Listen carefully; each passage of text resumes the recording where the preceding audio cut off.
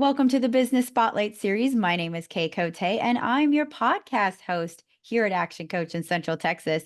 And today on the show, I have James Guerra, founder and CEO of JG Consulting, as my guest.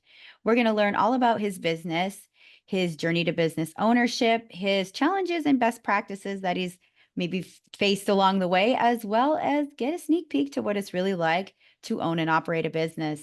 If this is your first time on our channel, be sure to like and subscribe to get notifications when we drop episodes like this one. Hey, James, it is so nice to have you on the show today. Oh, it's my pleasure, Kay. Thanks for having me.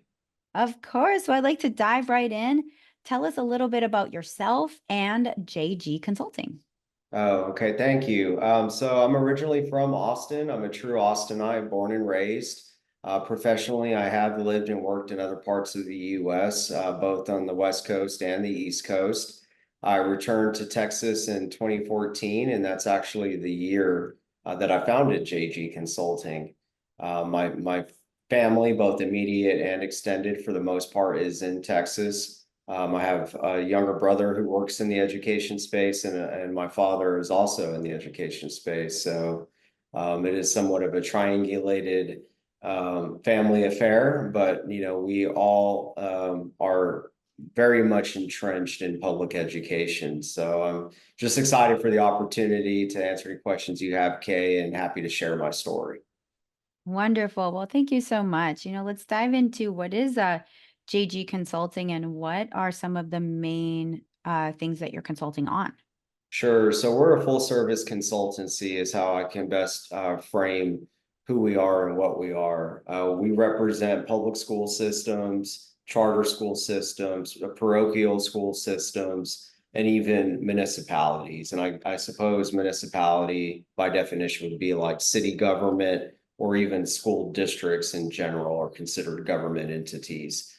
So we do a number of things. We're an executive search firm. We recruit C-level executive leadership for school districts, whether that's a principal, a superintendent of schools, a chief academic officer, a chief financial officer, really anything with that executive level title. We recruit to represent, to serve our clients, which are the school systems. And we do this work nationwide. So in the past decade, we've conducted approximately 180 executive level searches. We're currently in 22 states, scattered across the US. In addition to the executive search work, we provide professional learning opportunities where the practitioners on the team, those that are retired superintendents, retired educators, individuals who have been in the classroom, provide learning opportunities by way of executive coaching, whether it's in a one-to-one scenario, a small group, or a whole group. So we have different professional development offerings that we provide to our clients. And then we also conduct and provide strategic planning support services for our clients, meaning that we create and draft 5-year strategic plans for our school district partners. We're currently engaged with one client, as a matter of fact, in the Houston area, the Lamar Consolidated Independent School District, and we're creating their 5-year strategic plan. And then I professionally serve as an advisor to a number of education technology companies who need assistance with go-to-market strategies, business development, coaching to be more effective in their business development efforts. And that's ultimately how I started in this education kind of ecosystem that I find myself in. I started in the private sector selling products and services on behalf of privately held and publicly held companies to school districts. So my career started a little more than 20 years ago, representing other companies in the same industry.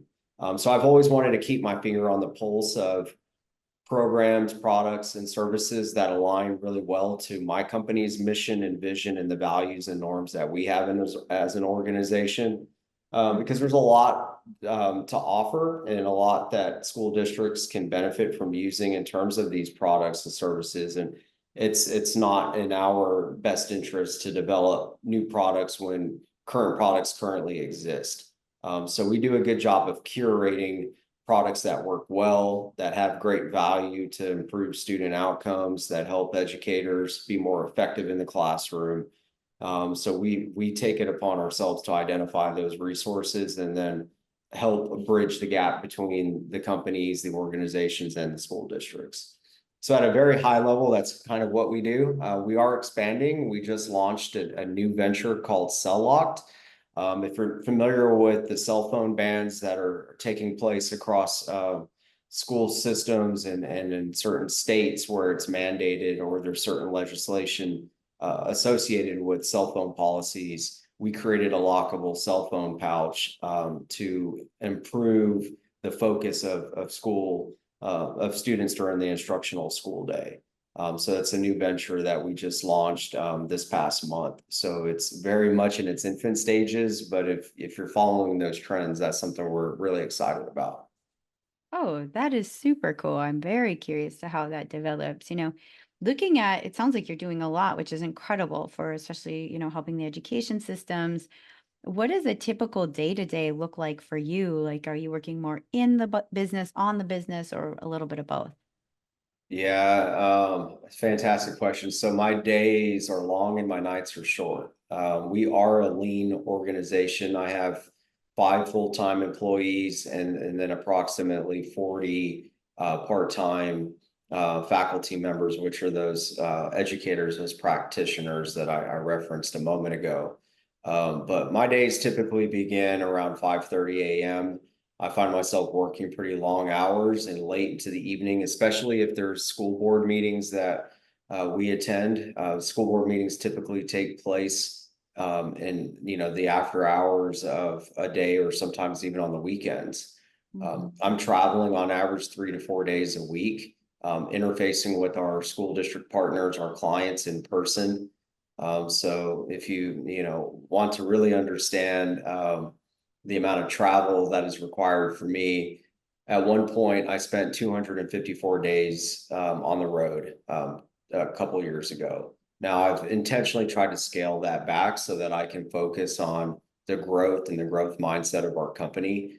And the team is more well-rounded and in a place where they can lead in my absence and do things without having me to be a part of every single meeting. So like today, I'm speaking with you from our headquarters, which is in Georgetown, Texas. So our main office is where I reside and where I live with my family. And I'm fortunate. I have a wife that's very supportive, 2 stepdaughters that understand the demands of my job and let me build this team and this kind of universe that we as an organization find ourselves in. So my days can be varied. Some days I'm not quite as much on the go as I am like today. I've taken time out to speak with you, but was very much looking forward to this. But oftentimes I'm in person meeting with folks. I have people coming to our office. I'm on the phone.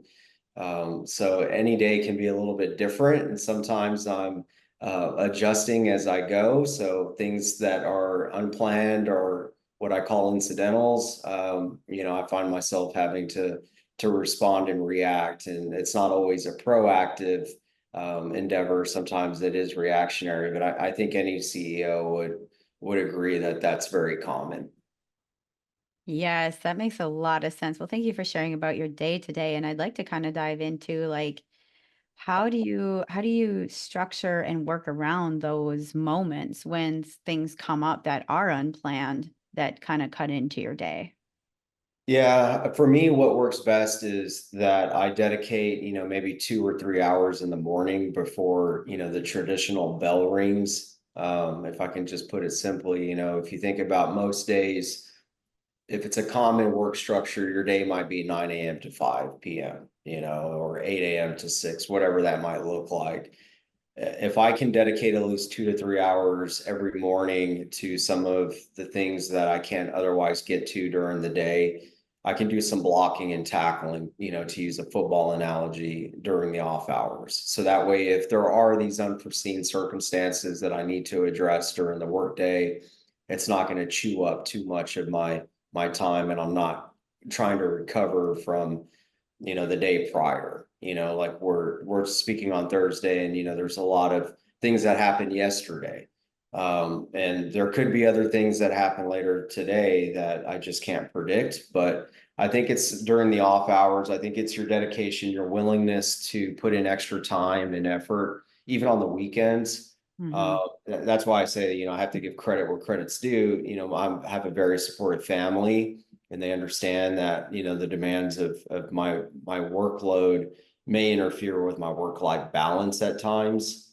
But I'm also very fortunate. I have a really strong, lean, full-time staff that can do many of the things that I once did by myself. That I no longer have to do. So I can delegate where necessary too. So that's really helpful. Oh, definitely. That is incredible, especially when you have that strong team to back you up and to be able to support you that way. Kind of like looking towards the future. It sounds like, you have everything structured really well. What does the next 3 to 5 years look like for your company?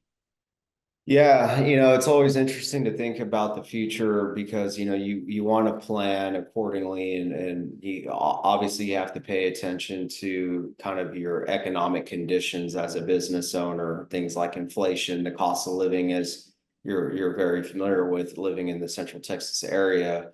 I'm constantly concerned about the well-being of my team, and I think strong leaders lead from the back. And I want to put them at the forefront of what my visions might be and what I have in mind for the growth of the company. Hmm. But we're looking to constantly innovate. We have a new software that we're launching right now. I alluded to our cell locked cell phone pouches to help students focus during the instructional school hours. So we're constantly differentiating and looking to innovate and think not only in the short term, but to your point, in the long term over the next 3 years. So I think as long as we can be in that growth mindset and keep our eye not only on growth, but on what works well and eliminating the distractions and perhaps what doesn't work well. Hmm. Um, there are some decisions that I think all business owners tend to make that could, put them into certain traps. And I'm trying to avoid pitfalls, all the while being hyper focused on what we do really well. So I try not to let myself get too distracted by all the what ifs, Hmm. but keeping our eye on the prize while maintaining really intentional focus on what we do well and capitalizing on those efforts. And so far, knock on wood, over the past 10 years, we have grown exponentially. And our ecosystem of what it is that we do and what we support and provide. So I think as long as we can maintain that, I think we'll continue to see an upward trajectory of growth. Definitely. Well, thank you for sharing your insights on the goals that you're working towards, which kind of leads me into what is something that you wish people knew about your company right now that they maybe don't? Yeah, that's a fantastic question because I think there's so much, but trying to unpack that and distill that into like one statement. Um, I think if other states were more familiar with how successful, and I say other states, earlier I mentioned that we're currently in 22 states across the US providing services in some capacity. I think those other states where we have less concentration, if they were just familiar with the positive outcomes and the results that our clients, the school districts that we've served over the past decade have experienced, I think we could certainly do much more. And that will certainly benefit not only the students that all of the school districts that they serve, receive. I think the sky's the limit. I think it's really a blue ocean, is what I like to say. I mean, there's so much more that we could do. And I Hmm. think the impact on the economy and the local economies and all these various markets that we work in can ultimately benefit from the services that my team offers. So I think for us, it's a branding and a marketing awareness. So I Mm. think, just building upon our successes and offering more support in those untapped markets in different regions of the US. I think that's something that I think we would definitely aspire and hope for in terms of our future. Okay, definitely. Well, that kind of brings me actually right into a series of questions about your marketing and what you're doing currently to find results in marketing. So is there any sort of platforms you're using right now that you're finding beneficial? Yeah, most recently we worked with a PR firm called Identity. They're a public relations firm out of Detroit, Michigan, I believe, is where they're headquartered. So as we were developing our new software that I mentioned and doing some other things to enhance and to highlight and underscore our services, we worked very closely with them for a short period of time to help us build market presence. So that's one example. With our new cell locked cell phone pouches, we've worked with PR Newswire. We've done some other, high touch point marketing and branding. A lot of what we do is very incestuous. The education space is very much a word of mouth and a referral based kind of business model. So we're fortunate that we have a high track record of success, and granted, we've accomplished that on our own merits, and to my team's credit, they work incredibly hard. But in our line of work, word travels rather fast. So I think even things such as what you and I having this conversation today tend to be the greatest opportunity for us to spread the word and to kind of evangelize what we're doing. And we're somewhat still a very much a grassroots campaign. When we engage in a superintendent search, for example, a lot of the local press, the local media, they report on activity. And so we get a lot of local representation and earned media through our clients. And so that helps us quite a bit. So those are at a high level are some of the things that we do. Oh, definitely. Well, thank you for sharing about the marketing behind your business. And this has been such a great conversation. And I would like to dive into a fun part of the conversation called our Sure. rapid fire section. Okay. All Uh, right.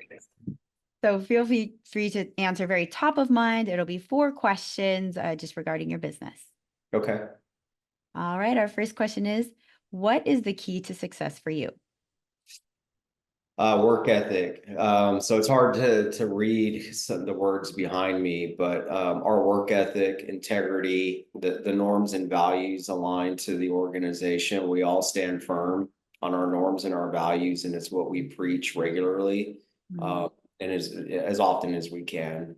So I think those are the true ingredients to the success of our organization. definitely. And the second one is, what is a piece of advice you would give to another business owner? Wow. Well, so I can only speak from my perspective. So when I founded the company a little more than 10 years ago, I chose not to seek third-party investment. So I don't have a board. I don't have any third-party investors. I assumed a pretty substantial risk financially. I guess the greatest piece of advice I can offer is if you truly believe in what it is you are building as a startup or whatever product or services or both that you offer, just hang in there. The first few years are really difficult. Some would argue that it's anywhere from the first year to the fifth year even. But Mm, if you can withstand some of the ebbs and flows of being a business owner, and especially in today's time where inflation and other economic conditions can really psych you out and create this fear of unknown of like, can I do this? Can I not do this? In your heart of heart, if you believe that what it is you're building adds tremendous value and you can stick with it, my piece of advice is to hang in there mm, because there will be moments of doubt and moments of uncertainty. And none of us have a crystal ball, right? Like we can never really fully understand or we can't predict the future.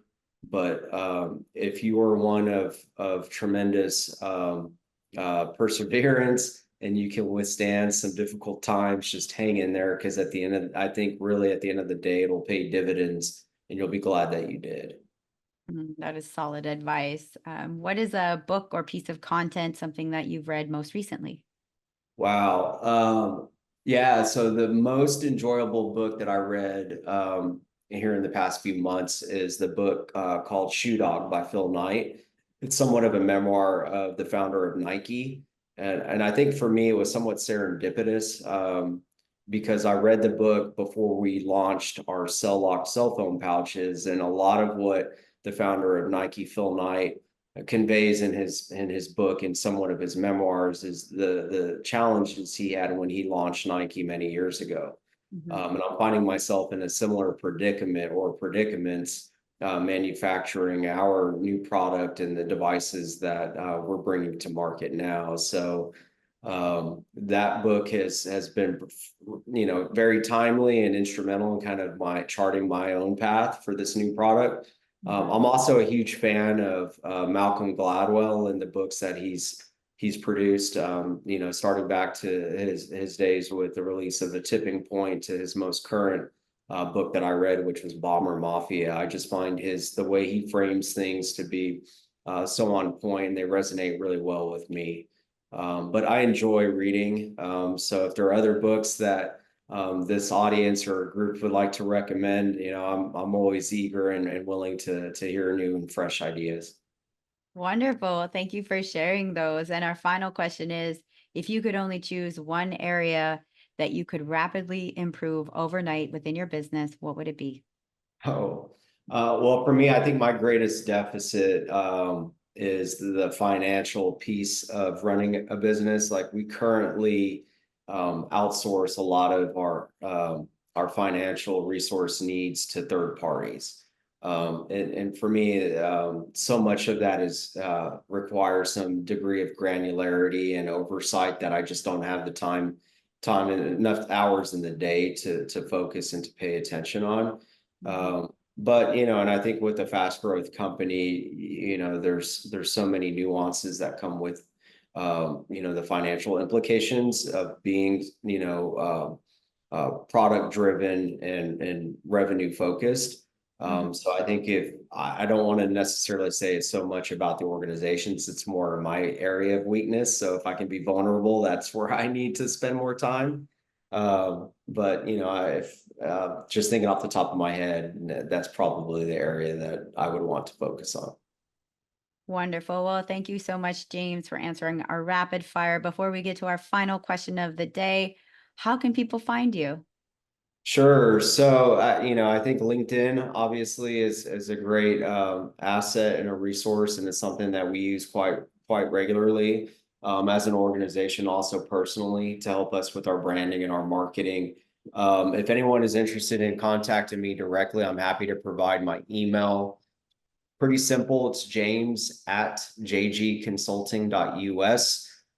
Happy to have you visit our headquarters if you're in the Central Texas area. We're in fact having our official ribbon cutting tomorrow at noon.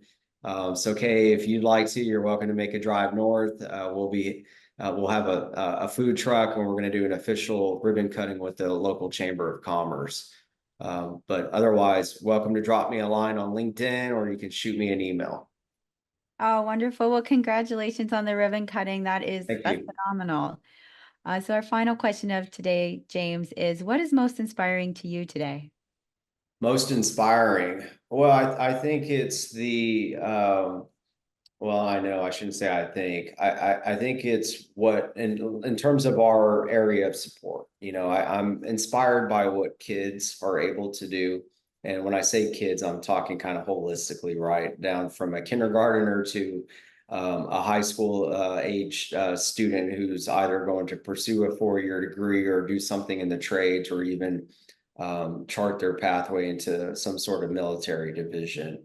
I'm constantly inspired by my 7-year-old at home who just continues to amaze me with not only her vocabulary, but her way of thinking. So I'm inspired by what potentially they could be building and the kinds of conversations they might have with somebody like UK, 15, 20 years from now. So to me, that's inspirational. So I think the future is very bright for all of us. And I'm not one to be pessimistic. I like to think about things optimistically, and I think there's a lot to be proud of. Oh my goodness. Thanks for that inspiring last words. That inspired me for the day. And thank you for your Good. time. Yeah, this is a great recording. I really appreciate you being on the show. No, thank you for having me.